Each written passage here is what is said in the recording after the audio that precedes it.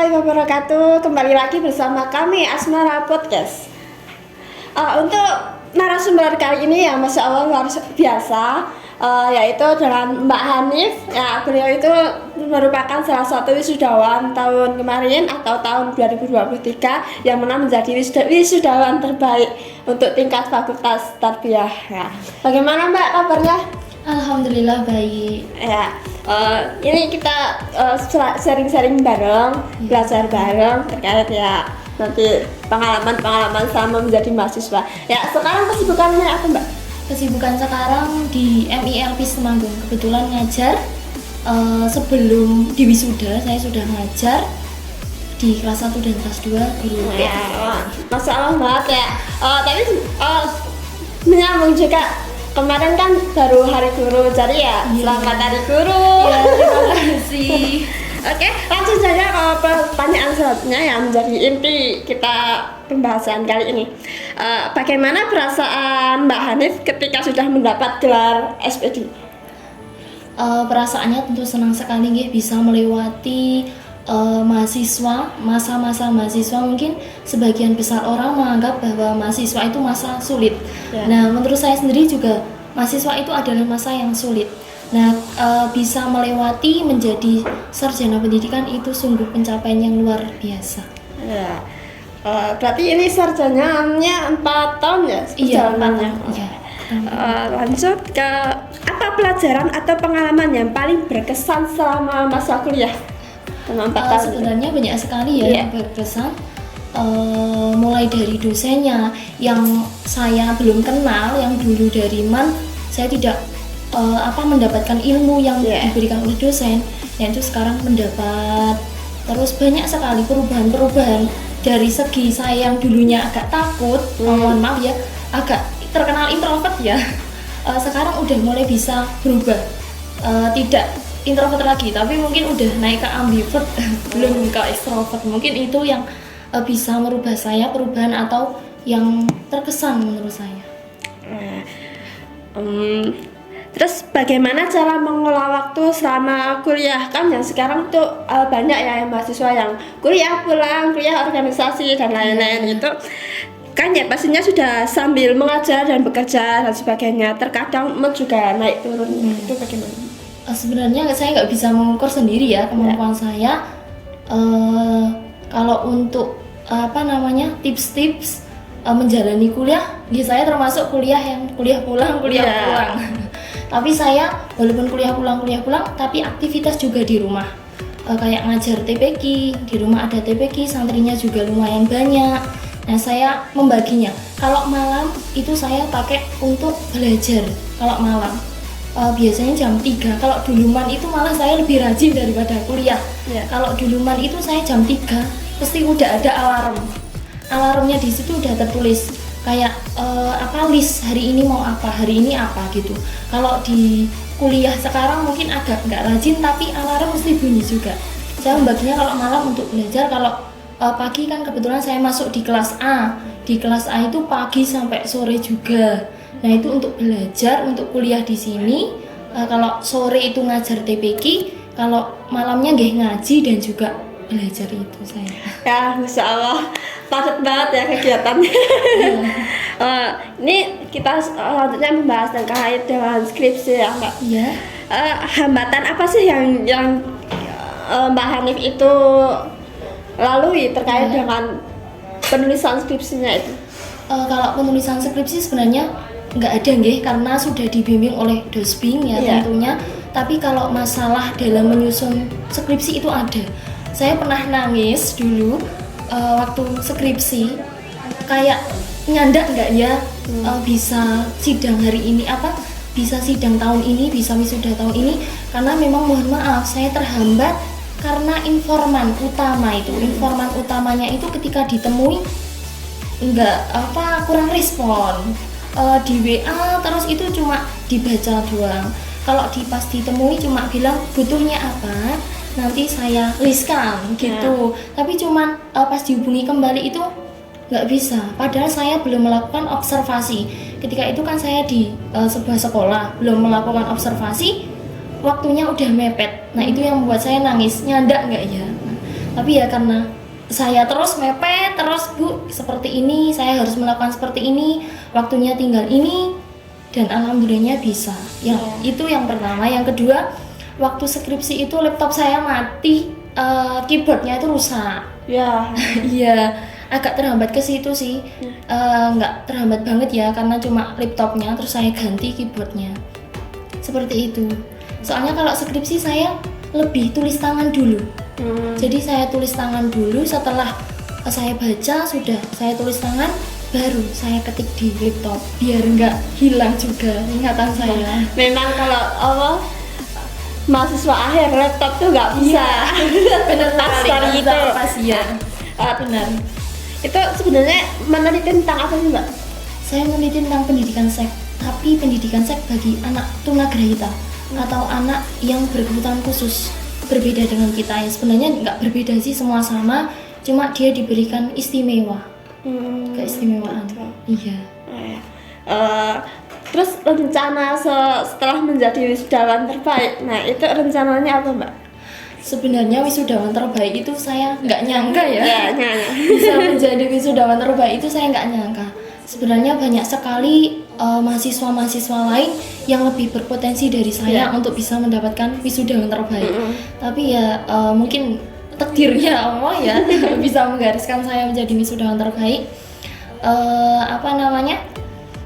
Yaitu menjadi sebuah tantangan bagi saya. Tantangan bagi saya untuk terus berbenah diri, untuk terus bermanfaat bagi sekitar, dan rencana saya sebenarnya nggak berpatok pada wisudawan terbaik nggih.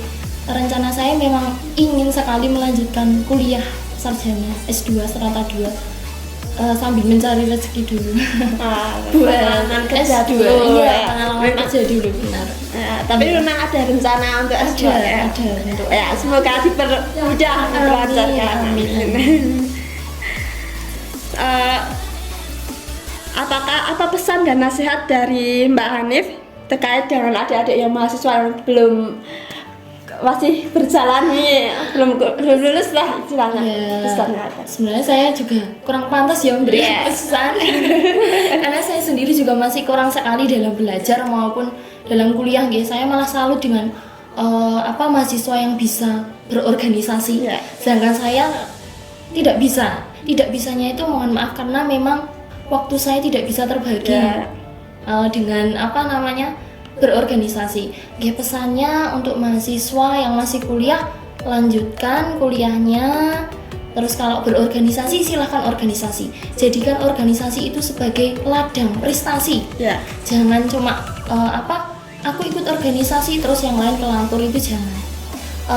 Dosen juga dijadikan panutan. Belajar yang rajin lah intinya, dan jangan lupa juga berdoa. Ketika sudah mencapai target yang sudah diimpikan, maka berdoalah, bertawakal, berterima kasih kepada Allah, seperti ini. Terus selanjutnya bagaimana kakak mencapai keseimbangan antara kehidupan akademik dan kehidupan pribadi? Sebenarnya saya kalau waktu pribadi kebanyakan di akademiknya ya. Waktu pribadi mungkin untuk muhasabah diri itu kalau hari Minggu kan libur, itu biasanya saya luangkan untuk kepentingan pribadi saya. Nah kalau hari-hari biasa yaitu kalau malam saya memang udah fokus di belajar jam 9 ke atas. Jadi harus konsisten. Konsisten. Dari pencapaian terbesar selama masa kuliah di luar akademik itu apa, Mbak? Selama kuliah itu kan maksudnya kayak ada prestasi-prestasi yang mungkin teman-teman juga belum tahu, bisa sebenarnya nggak banyak malah saya itu justru prestasi yang banyak itu di sekolah MTS itu malah banyak. Kalau di kuliah kayak memang saya lebih ke fokus ke kuliahnya karena dulu tuh saya juga nggak terlalu mengejar akademik. Nilai bagi saya nilai itu penting tapi tidak terlalu penting. Kalau prestasi lain mungkin saya bidangnya di bidang tilawah Terus banyak juga saya mengikuti cover sholawat, tilawah itu juga banyak. tapi ya ada yang juara dan ada yang enggak. Ya, Oke. namanya berproses Iya, ya. saya lebih suka ke seni, tapi seni tilawah dan seni ya sholawat religi seperti itu. Bagaimana Mbak Hanif melihat dari peran pendidikan dalam membentuk masyarakat, dalam membentuk masa depan masyarakat? Peran pendidikan tentu sangat penting sekali bagi mendidik masa depan anak, karena memang dalam pendidikan itu ada sebuah pengetahuan yang mungkin kita tidak kerasa, tidak merasakan, tapi itu mempunyai dampak yang luar biasa ke masyarakat, ke masa depan pun juga mempunyai dampak yang luar biasa. Ketika dibandingkan anak yang anak yang tidak sekolah dengan anak yang sekolah itu tentu berbeda. Anak yang tidak sekolah mungkin tidak memiliki masa depan yang panjang. Aku harus bagaimana sih? Mungkin kurang. Tapi ketika dia sudah terjun di sebuah pendidikan, baik non formal maupun formal, itu sudah terpatri di dalam dirinya. Baik itu dari stimulus dari orang lain ataupun dirinya sendiri, karena memang kebiasaan sudah menjadi terpatri di dalamnya. Sudah membentuk karakter dan itu sudah menciptakan masa depan mereka.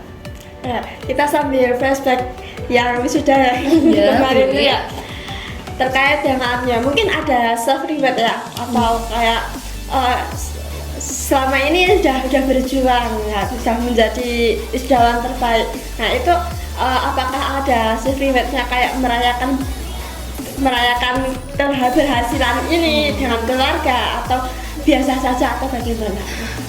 Kalau saya sebenarnya sih pertama kali itu nggak menyangka gitu. Karena memang senang, merasa terhormat itu tentu ada di dalam pikiran saya. Kok bisa saya sampai seperti ini? Kalau untuk merayakan tidak ada, terkhususnya untuk merayakan tidak ada. Ya mungkin keseharian aja gitu, tidak terus untuk merayakan wisudawan terus ada acara tersendiri, mungkin tidak ada saya. Kalau bisa, boleh ya Mbak, kita ngobrol-ngobrol sampai lebih ke pribadi, kayak minatnya apa, hobinya apa, seringnya apa, boleh ya? Sebenarnya Mbak Hanif ini lebih hobi ke apa dan minatnya lebih ke apa? Kalau hobi, mungkin saya lebih ke seni ya. Saya suka seni, terutama seni dalam tilawah, suara, itu yang menjadi hobi saya. Terus ada juga seni-seni lain kayak gambar-gambar, itu saya juga suka, tapi tidak mendalami banget. Tapi yang menjadi kebiasaan atau hobi itu mungkin lebih ke itu, seni bertilawah. Tapi flashback lagi ya Mbak, dulu waktu kuliah sebenarnya ikut organisasi atau tidak?